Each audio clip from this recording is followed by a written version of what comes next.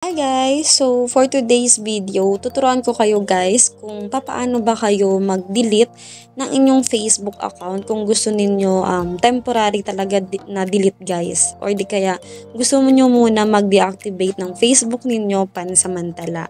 So, ayan. Either lang sa dalawang yan kung anong gusto nyo, kung temporary or deactivate. So, first guys, ang gagawin mo, pumunta ka lang sa Facebook mo. Syempre, yung Facebook mo guys na gusto mong i-delete or mag-deactivate. Tapos, pumunta ka lang sa profile mo guys. Scroll ka lang. Hanapin mo tong settings and privacy. Tapos, settings. Ayan. Pag nandyan ka na, pindutin mo lang tong Meta Account Center. Tapos, pindutin mo guys yung personal details. Pag nandiyan ka na guys, pindutin mo tong account, ownership, and control. I-click mo yan.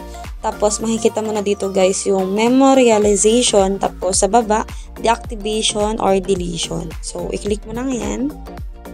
Tapos i-click mo yung account or Facebook na gusto mong i-delete or i-deactivate. Ayan. So, example na lang yan. So, kung gusto mo guys mag-deactivate lang muna, yan lang muna. O di kaya kung gusto mong permanent na talaga yung pag-delete mo, ayan, ito naman yung i-click mo. Tapos, ayan, kung nakapag-decide ka na, pindutin mo lang yung continue. So, ganun lang guys. Pag pindutin mo tong permanent, talagang permanent nang mawawala yung Facebook mo na yon. Tapos dito sa deactivate, pansamantala lang naman yan guys na mawawala lang muna yung Facebook mo. Pero ma-open mo pa rin yan basta alam mo yung password mo. So, ganun lang guys kadali.